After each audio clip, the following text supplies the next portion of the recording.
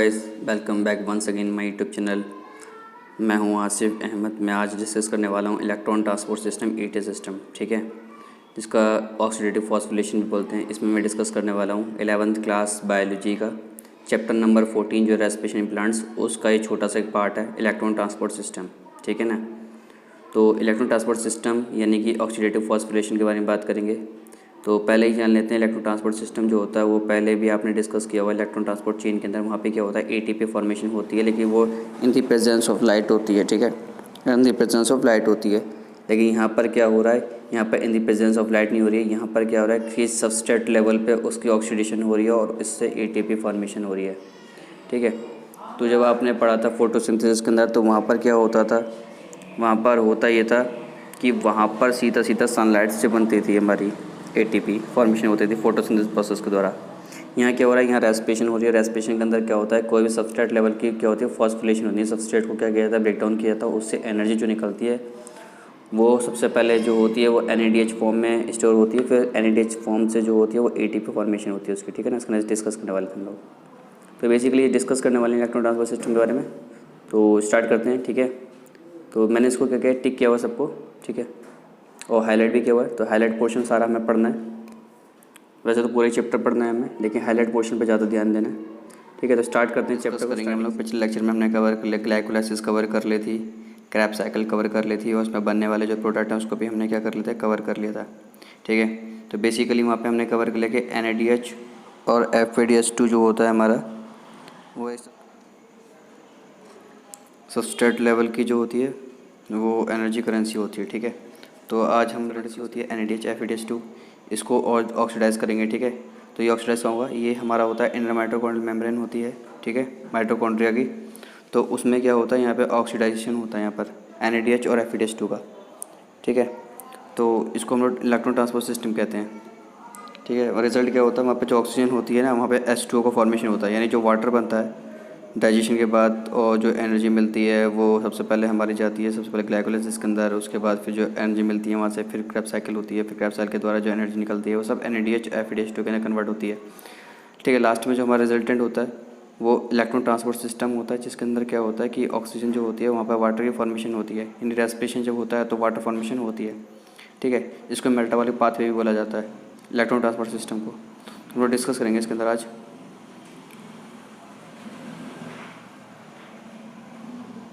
It is present in inner mitochondrial membrane. तो ये सब होती क्या है, इनर माइटोकॉन्ड्रियल मेम्ब्रेन के अंदर, ठीक है। तो हम लोग आज बेसिकली पढ़ेंगे कि NADH से जो है तो होते हैं इलेक्ट्रॉन्स किस प्रकार से निकलते हैं और एटीपी फॉर्मेशन किस प्रकार से होती है, ठीक है। तो माइटोकॉन्ड्रियल मैट्रिक्स जो होता है हमारा, electron from NADH produce in mitochondrial matrix.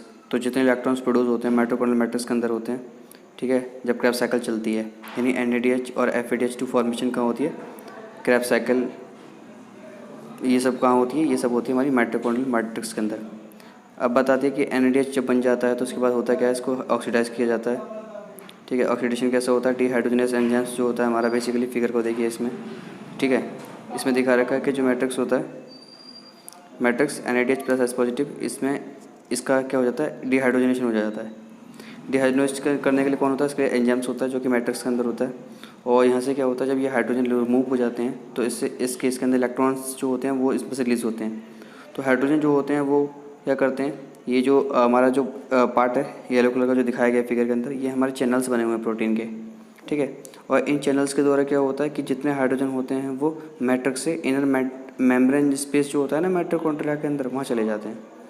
और ये जो इलेक्ट्रॉन्स होते हैं ये सबसे पहले जाते हैं FN के अंदर, इसको बोलते हैं फ्लेविन मोनोन्यूक्लियोटाइड्स ऐसे बोलते हैं, ठीक है इसको।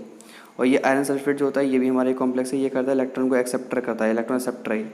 उसके बाद इलेक्ट्रॉन ट्रांसपोर्ट होता है UQ के अंदर, UQ के अंदर होते हैं, इसको UbQ9 बोलते हैं, ठीक है। फिर जब UbQ9 के पास जब ट्रांसपोर्ट होते हैं उसके बाद क्या होता है कि क्या होता है, हाइड्रोजन मैट्रिक्स से इस इलेक्ट्रॉन को लेकर UqH2 बन जाते हैं, ठीक है। और जब UqH2 जो होता है, जब इलेक्ट्रॉन पास करता है साइड B के पास, साइटोक्रोम B कॉम्प्लेक्स के पास जब वो पास करता है, ठीक है, ये कॉम्प्लेक्स सेकंड है हमारा, साइटोक्रोम B C1 बोलते हैं इसको। तो सबसे पहले पार्ट करता है साइटोक्रोम B के पास, इलेक्ट्रॉन ट्रांसपोर्ट करता है और हाइड्रोजन क्या होता है वो मैट्रिक्स से वापस कहाँ चला जाता है, इंटर मेम्ब्रेन जो स्पेस होता है वहाँ चला जाता है, ठीक है ना। और फिर साइटोक्रोम बी जो होता है उसके द्वारा फिर आयरन सल्फेट के पास इलेक्ट्रॉन आते हैं और इसी प्रकार से साइटोक्रोम C1 के पास इलेक्ट्रॉन जाते हैं, ठीक है। इसी प्रकार से नीचे से आते हैं इलेक्ट्रॉन। यहाँ पे देखो ये दिख रहा है आपको, ये भी एक प्रोटीन चैनल है। इसमें FADH2 जो होता है वहाँ पे इसका डिहाइड्रोजनेशन हो जाता है, ठीक है। इसे कॉम्प्लेक्स सेकेंड बोलते हैं। जब डिहाइड्रोजनेशन होता है तो सक्सिनेट जो होता है फ्यूमरेट के अंदर कन्वर्ट हो जाता है यहाँ पर, ठीक है। पीस में से इलेक्ट्रॉन जो निकलते हैं वो आयरन सल्फेट के पास जाते हैं। आयरन सल्फेट जो होता है वो कॉम्प्लेक्स एक्सेप्टर होता है। फिर इसको क्या होता है, साइटोक्रोम बी के पास इसको भी अपने ट्रांसपोर्ट करने पड़ते हैं इलेक्ट्रॉन, ठीक है ना। तो ये भी क्या करता है, जो मैट्रिक्स के अंदर हमारे हाइड्रोजन होते हैं ना, वो हाइड्रोजन इस बीच वाले सेंटर पार्ट में आते हैं और एज ए कैरियर काम करते हैं, इलेक्ट्रॉन को एक्सेप्ट करते हैं और साइटोक्रोम बी तक जाते हैं। फिर इलेक्ट्रॉन को छोड़ देते हैं वहाँ पर और ये खुद जो होते हैं वो इंटर स्पेस होता है, इंटर मेम्ब्रेन स्पेस, वहाँ चले जाते हैं, यानी लेफ्ट हैंड साइड पे चले जाते हैं। तो इस प्रकार से क्या होता है, हमारे पास साइटोक्रोम बी के पास क्या होता है, दो प्रकार से इलेक्ट्रॉन आते हैं, एक नीचे से आता है, ऊपर से आता है। फिर से आता है आयरन सल्फेट के पास, फिर साइटोक्रोम C1 के पास जाते हैं इलेक्ट्रॉन, फिर साइटोक्रोम C के पास जाते हैं। साइटोक्रोम C जो होता है ना, बेसिकली क्या होता है, इंटर मेम्ब्रेन जो स्पेस होता है ना, वहाँ पर ये आउटर कॉर्नर पे आउटर प्रोटीन होता है, ठीक है, स्पेस के अंदर साइटोक्रोम C। तो साइटोक्रोम C1 क्या करता है, एज ए कैरियर काम करता है, इलेक्ट्रॉन को एक्सेप्ट कर ये मूव करता हुआ आता है, ये मूवेल होता है बेसिकली, ठीक है।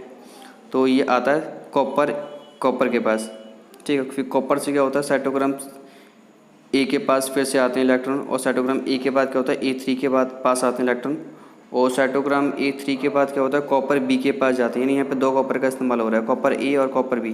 कॉपर ए जो होता है वो प्राइमरी एक्सेप्टर होता है साइटोक्रोम C से इलेक्ट्रॉन का, ठीक है। ये हमारा फोर्थ कॉम्प्लेक्स के अंदर आता है।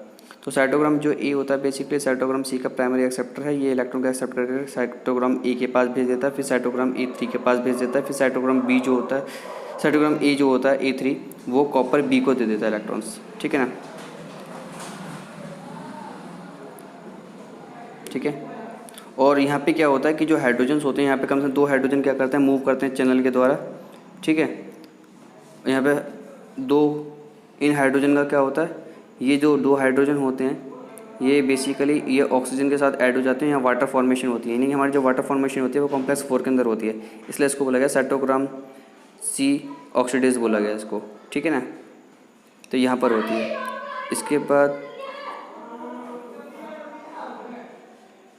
इसके बाद हमारा ये नीचे वाला पार्ट आता है। यहाँ पर क्या होता है, बेसिकली जो हाइड्रोजन हमारे इनर माइटोकॉन्ड्रियल स्पेस से होते हैं ना, वो F0 के द्वारा F1 से होते हुए यहाँ पर आ जाते हैं मैट्रिक्स के अंदर। जब मैट्रिक्स के अंदर आते हैं तो यहाँ पे ATP फॉर्मेशन होती है, ठीक है ना। ये होता क्या है, ये डाउन द ग्रेडियंट जाते हैं, यानी लेफ्ट हैंड साइड पे हमारा प्रोटॉन का पोटेंशियल ज़्यादा है और राइट हैंड साइड पे कम है। यानी इंटर मेम्ब्रेन स्पेस के अंदर प्रोटॉन का पोटेंशियल यानी हाइड्रोजन ज़्यादा है, या लेफ्ट साइड में नहीं है। तो लेफ्ट से कहाँ जाएंगे, वो राइट में मूव करेंगे। यानी F0 से F1 होते हुए ATPase एंजाइम्स के द्वारा ATP सिंथेसिस हो जाती है, वो मूव कर जाते हैं राइट हैंड साइड पे और ATP फॉर्मेशन क्या होती है, हो जाती है, ठीक है। इस प्रकार से क्या होता है, इलेक्ट्रॉन ट्रांसपोर्ट सिस्टम काम करता है। तो बेसिकली यहाँ पर सारा का सारा यही लिखा हुआ है, जितना मैंने हाईलाइट किया हुआ सारा यही है, ठीक है। इसको आप डिटेल में पढ़ सकते हैं, बेसिकली सारा कुछ यही है, ठीक है। हाँ भाई, ये कहता है कि एक NADH जब ब्रेक डाउन होता है यानी डिहाइड्रोजनेशन उसको जब होता है तो उससे 3 ATP मॉलिक्यूल्स मिलते हैं हमारे, और जब एक FADH2 टूटता है तो उससे 2 मॉलिक्यूल ATP मिलती हैं। तो आपने पिछले लेक्चर में देखा होगा कि कितने NADH हमारे बनते थे और कितने FADH2 बनते थे। तो आपने पिछले लेक्चर में अगर आपने देखा होगा, आपने नहीं देखा पहले उसको लेक्चर को देखिए, ठीक है, बहुत बेहतरीन लेक्चर है, तब आइए इस लेक्चर पे। वहाँ पर मैंने बताया होगा कि 8 NADH बनते हैं, 8 NADH बनते हैं। यानी एक NADH से अगर 3 ATP बनती हैं तो 8 NADH से कितनी बनेंगी, तो 8 3 24 बनेंगी, ठीक है। इसी प्रकार से FADH2 जो होता है वहाँ पर हमारे कितने बने थे, 2 बने थे, और एक से कितनी मिलती है, हमारे 2 मिलती है, 2 से कितनी मिलेगी, तो हमें मिलेगी 4, ठीक है। इस प्रकार से 28 ATP फॉर्मेशन कहाँ होती है, हमारी यहाँ पर हो जाती है, ठीक है ना। इसको हम लोग ऑक्सीडेटिव फॉस्फोरिलेशन भी बोलते हैं, क्योंकि यहाँ पर क्या हो रहा है, एनर्जी सबस्ट्रेट लेवल से ही क्या हो रही है, ATP फॉर्मेशन हो रही है, और ये सब होता क्या है, एरोबिक प्रोसेस के अंदर, यानी ऑक्सीजन की जरूरत यहाँ पर पड़ती है, ठीक है ना। तो ये था हमारा इलेक्ट्रॉन ट्रांसपोर्ट सिस्टम। अगर आपको समझ में नहीं आया तो एक बार इसको दोबारा से रिवाइंड करके देख लें। फिर नीचे आ जाते हैं, ठीक है। और ये सारी प्रोसेस कब होती है, ये आपने इलेक्ट्रॉन ट्रांसपोर्ट चेन के अंदर भी देखी है। लेकिन इलेक्ट्रॉन ट्रांसपोर्ट चेन के अंदर होता क्या है, इलेक्ट्रॉन ट्रांसपोर्ट चेन के अंदर वहाँ पे फोटोसिंथेसिस होती है तो सीधी लाइट डिपेंडेंट रिएक्शन होती है, लेकिन यहाँ पर ये लाइट डिपेंडेंट रिएक्शन नहीं है, ये सबस्ट्रेट पे डिपेंडेंट है। ठीक है, एटीपी जो फॉर्मेशन हो रही है ये सबस्ट्रेट पे डिपेंड करती है, लाइट पे डिपेंड नहीं करती है। ठीक है, तो यहाँ पे ये इंपॉर्टेंट बात याद रखने की है, इसलिए इसको ऑक्सीडेटिव फॉस्फोरिलेशन भी बोलते हैं, ये सबस्ट्रेट पे डिपेंड कर रही है। और ये द मैट्रिक्स, तो यहाँ पे दो हाइड्रोजन क्या कर रहे हैं, इस माइटोकॉन्ड्रिया से मूव कर रहे हैं और F0 से होते हुए F1 के पास जा रहे हैं। ये दोनों के दोनों F0 F1 जो होते हैं, F0 इंटर मेम्ब्रेन पार्ट है और जो F1 है वो आउटर मेम्ब्रेन पार्ट है। यहाँ पे हाइड्रोजन का रिमूव हो रहा है, यानी प्रोटॉन पंप कर रहे हैं। हाइड्रोजन को बेसिकली प्रोटॉन भी बोलते हैं क्योंकि ये H पॉजिटिव है, यानी इनके पास कोई भी इलेक्ट्रॉन नहीं है, सिर्फ प्रोटॉन है, वो भी एक है, इसलिए प्रोटॉन पंप कर रहे हैं। और प्रोटॉन पंप करने पर क्या होता है कि ये चैनल से बाहर जाते हैं मैट्रिक्स के अंदर। तो जो बाहर F1 पार्ट है हमारा, इसमें क्या होता है, ये इसके पास एक एंजाइम्स होता है।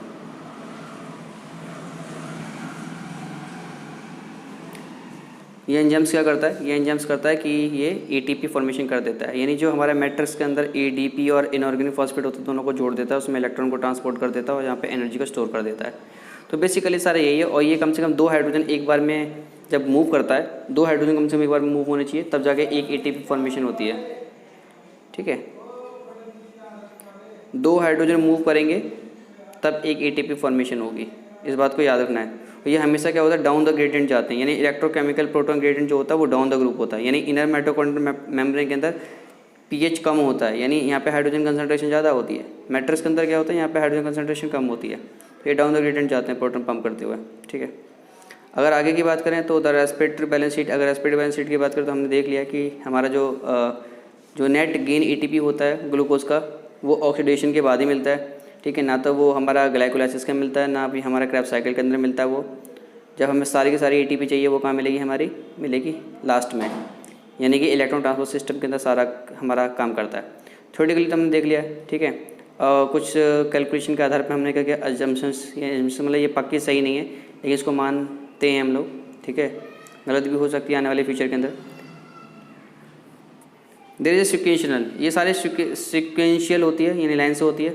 ठीक है, ऑर्डर पाथवे में ये काम करती है। ठीक है, one substrate form the next, कहता है कि अगर पहला सबस्ट्रेट फॉर्मेशन होगा उसके बाद दूसरा होगा, यानी अगर पहला नहीं हुआ तो दूसरा नहीं होगा, यानी ग्लाइकोलाइसिस होगी तभी टीसी यानी ट्राई कार्बोक्सिलिक एसिड साइकिल होगी।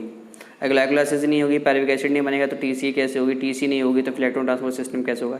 यानी ये सारे के सारे क्या करते हैं, एक दूसरे को फॉलो करते हैं वन बाय वन। ठीक है, pathway following one after another, यानी एक दूसरे पाथवे को क्या करते हैं, फॉलो करते हैं, बिना एक के दूसरा काम नहीं हो सकता। ठीक है, दूसरे पार्ट की बात करें, NADH synthesis in glycolysis transfer to the mitochondria and oxidative phosphorylation. ये कहता है कि एनएडीएच सिंथेसिस हमारी जब होती है ग्लाइकोलाइसिस प्रोसेस के अंदर, ठीक है, तभी वो ट्रांसफर हो जाती है माइटोकॉन्ड्रिया के अंदर। ठीक है, और माइटोकॉन्ड्रियल मैट्रिक्स के अंदर सबसे पहले जाती है, जहाँ पे आपने सुना हो क्रैब साइकिल चलती है। उसके बाद बार बार मैं इस बात को क्यों बताना ताकि आपको याद हो जाए, क्योंकि एग्जाम पॉइंट ऑफ व्यू से बहुत इंपॉर्टेंट होता है। ये पूछता है क्रैब साइकिल कहाँ होती है, ग्लाइकोलाइसिस कहाँ होती है। तो ग्लाइकोलाइसिस जो होती है वो साइटोप्लाज्म के अंदर होती है सेल की, और जो हमारी क्रैब साइकिल होती है वो माइटोकॉन्ड्रियल मैट्रिक्स के अंदर होती है, और जो हमारी इलेक्ट्रॉन ट्रांसपोर्ट सिस्टम होता है वो माइटोकॉन्ड्रियल जो इनर मेम्ब्रेन होती है ना, उसके अंदर होती है।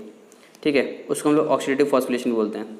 ठीक है, तीसरा पार्ट है none of the intermediate in the pathway are utilised to synthesis of any other compound. ये कहता है कि इन सब पाथवे के अंदर क्या है ना, कोई नया कंपाउंड नहीं बनता। ठीक है, ये जो पाथवे हमारी लास्ट वाली, इसमें कोई नया कंपाउंड नहीं बनता। ठीक है, हम बस एनर्जी को स्टोर कर रहे हैं, एटीपी फॉर्मेशन कर रहे हैं, नया कंपाउंड नहीं बना रहे हैं, सिर्फ क्या कर रहे हैं, एनर्जी फॉर्मेशन कर रहे हैं। और उस एनर्जी को, मतलब जो एनर्जी हमारी मिली थी फोटोसिंथेसिस प्रोसेस के अंदर, उसको हम लोग एटीपी के अंदर कन्वर्ट कर रहे हैं by the process of respiration. और अगर ये मोस्टली आपको पता होगा कि एरोबिक रेस्पिरेशन के अंदर सारी एनर्जी मिल जाती है हमें, एनाएरोबिक के अंदर इतना नहीं मिलती है, वहाँ पे सिर्फ ज़्यादा 2 ATP मिलती है। चौथा पॉइंट इसका कहता है कि only glucose is being respired, no other alternative substrate are entering the pathway at any of the intermediate stage. ये कहता है किसी भी इंटरमीडिएट स्टेज पे अंदर यहाँ पर ये प्रोसेस कंप्लीट यहाँ तक नहीं हो पाती सिवा ग्लूकोज के अलावा। ठीक है, ग्लूकोज ऐसा होता है जो लाइन बाय लाइन फटाफट से रेस्पायर्ड हो जाता है ईजिली, इसलिए कहते हैं glucose is the essential fuel. आपने सुना होगा कि जो ग्लूकोज होता है बहुत जल्दी से उसको पी लो तो एनर्जी मिल जाती है, तो इसी कारण होता है ऐसा। ठीक है, तो ये एक एजम्पशन और है कि ये पाथवे जो होती हैं वो 1 by 1 होती हैं। तो एक तरीके से अगर उसको बताया जाए तो ये not really valid in living system में पर्टिकुलरली वैलिड नहीं है, क्योंकि ये सारे पाथवे जो होती हैं वो एक साथ काम करती हैं, पाथवे वर्क साइमल्टेनियसली, एक साथ काम करती हैं, do not take place one another after. या वन आफ्टर अनदर, यानी कि एक के बाद एक काम नहीं करती हैं, ठीक है ना, एक साथ काम करती हैं, एक साथ काम करती हैं, लेकिन वो इस तरीके से ही काम करती हैं, ठीक है ना। ये नहीं है कि मान लो आपने ग्लाइकोलाइसिस हो गया तो फिर TCA होगा उसके बाद, फिर उसके बाद ETS होगा, ऐसा नहीं है। ये एक साथ होगी, सारे काम एक साथ होंगे ये, ठीक है ना। तो ये मैंने आपको बेसिकली समझा दिया कि नेट गेन ऑफ ATP कितनी हो, 38 ATP होती है मॉलिक्यूल्स की, वो भी सब सिर्फ किस में होती है, एरोबिक रेस्पिरेशन के अंदर, ठीक है। जब 1 मॉलिक्यूल्स ऑफ ग्लूकोज का होगा, ऑक्सीडाइज होगा, तब 38 ATP मिलेगी, इस बात को याद रखना। ये सिर्फ मिलेगी एरोबिक रेस्पिरेशन के अंदर ही मिलेगी। आगे अगर हम बात करें तो now let us compare fermentation aerobic respiration. अगर हम लोग कंपेरिजन करना चाहें फर्मेंटेशन एरोबिक रेस्पिरेशन के अंदर, तो हमें ये देखना चाहिए कि fermentation accounts for only partial breakdown of glucose. जो फर्मेंटेशन होती है उसके अंदर पार्शियल ही हमारा क्या होता है, ब्रेकडाउन होता है ग्लूकोज का, ठीक है। फर्मेंटेशन अंदर आपको पता होगा लैक्टिक एसिड फॉर्मेशन होती है और या फिर इथेनॉल फॉर्मेशन हो जाती है, दैट इज़ फर्मेंटेशन, ठीक है। मैंने वहाँ पिछले लेक्चर में कवर किया, फर्मेंटेशन 2 प्रकार की होती है, लैक्टिक एसिड फर्मेंटेशन होती है और दूसरी जो होती है वो हमारी एल्कोहलिक फर्मेंटेशन होती है। तो इसके लिए आपको पुराना लेक्चर देखना पड़ेगा, ठीक है। प्लेलिस्ट में देख लेना, ठीक है, आई बटन में दे दूँगा, नहीं तो डिस्क्रिप्शन बॉक्स के अंदर दे दूँगा, ठीक है। Mention not. एरोबिक रेस्पिरेशन के अंदर क्या होता है, it is completely degraded to carbon dioxide and H2O। ये कहता है कि जो एरोबिक रेस्पिरेशन होता है ना, उसके अंदर क्या होता है, जो पायरुविक एसिड होता है ना, वो कम्प्लीटली ब्रेकडाउन हो जाता है, ठीक है। यानी जो ग्लूकोज होता है वो कम्प्लीटली ब्रेकडाउन हो जाता है। ये ग्लूकोज फर्मेंटेशन के अंदर कम्प्लीटली ब्रेकडाउन नहीं होता, उसको पार्शियल ब्रेकडाउन कहते हैं। लेकिन एरोबिक रेस्पिरेशन की अगर बात करें तो उसके अंदर ग्लूकोज कम्प्लीटली ब्रेकडाउन या डिग्रेडेड हो जाता है। किस में हो जाता है, कार्बन डाइऑक्साइड और H2O के अंदर, जैसा कि हमने पिछले लेक्चर में भी कवर किया हुआ है। सेकंड पॉइंट की बात करें, in fermentation there is net gain of only 2 molecules of ATP for each molecule of glucose degraded to pyruvic acid, whereas many most molecules of ATP are generated under aerobic condition. ये कहता है कि जो fermentation होता है ना, उसके अंदर जो नेट गेन ऑफ ATP होती है ना, वो खाली 2 ATP होती है, ये मैंने आपको बताया हुआ है, ठीक है। जब ग्लूकोज पायरुविक एसिड के अंदर कन्वर्ट हो रहा होता है, डिग्रेड हो रहा होता है, तभी वहाँ फॉर्मेशन होती है इसके सिर्फ। लेकिन वहीं अगर दूसरी बात की जाए एरोबिक कंडीशन की, तो वहाँ पर इससे ज़्यादा ATP फॉर्मेशन होती है, ठीक है। तीसरा ये है कि NADH is oxidise to NAD rather slowly in fermentation. कहता है कि जो फर्मेंटेशन होता है उसके अंदर NADH जो होता है वो NAD पॉजिटिव के अंदर बहुत स्लोली जो होता है वो कन्वर्ट होता है, ठीक है ना, बहुत स्लोली प्रोसेस होती है, स्लोली ऑक्सीडाइज होता है। लेकिन वहीं अगर एरोबिक रेस्पिरेशन की बात की जाए तो वहाँ पर क्या होता है, NADH पॉजिटिव यानी ऑक्सीडाइज हो जाता है आराम से, बहुत विगरसली, बहुत जल्दी एरोबिक रेस्पिरेशन के अंदर ये क्या होता है, ऑक्सीडाइज हो जाता है, NADH NAD के अंदर कन्वर्ट हो जाता है बहुत ईजिली, ठीक है। अगर आपको ये लेक्चर समझ में आया हो, वैसे 18 मिनट की हो गई है, अगर ये आपको लेक्चर समझ में आया हो तो कृपया लाइक करें, सब्सक्राइब करें, शेयर करें, कमेंट करें और आने वाली वीडियोस का नोटिफिकेशन आप तक आ जाए। और हाँ, ये बात का याद रखें कि ये जो NCERT है हम लोग पूरी कवर करेंगे और उसके बाद हम लोग वीडियो लेक्चर भी लेंगे, ठीक है। तो अगर आपको ये पसंद आए तो कृपया इसको लाइक सब्सक्राइब शेयर करें, और अगर कोई दिक्कत है, कोई प्रॉब्लम है तो कृपया कमेंट बॉक्स के अंदर मैसेज कीजिए, मैं आपको कोशिश करूँगा आपका जवाब देने की, ठीक है। और अगले लेक्चर के अंदर हम लोग कवर करेंगे एम्फीबॉलिक पाथवे को, जिसके अंदर डिस्कस करेंगे कि डिफरेंट प्रकार के जो सब्सटेंस होते हैं ना हमारे, जैसे फैट हो गया, प्रोटीन हो गया, ठीक है, वो किस प्रकार से एंटर करते हैं, ठीक है, ग्लाइकोलाइटिक पाथवे के अंदर। वैसे हम उसके बारे में पहले लेक्चर के अंदर, पहले दूसरे लेक्चर के अंदर कवर कर लिया, लेकिन फिर भी उसके बारे में हम लोग क्या करेंगे, यहाँ पर कवर करेंगे, अच्छे से कवर करेंगे।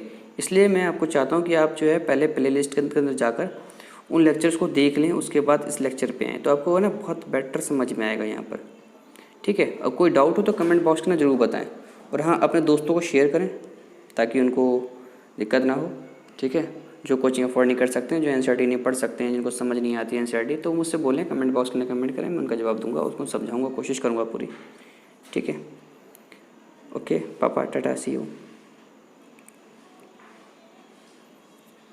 अगले लेक्चर में हम लोग एम्फीबॉलिक पाथवे कवर करेंगे, ठीक है।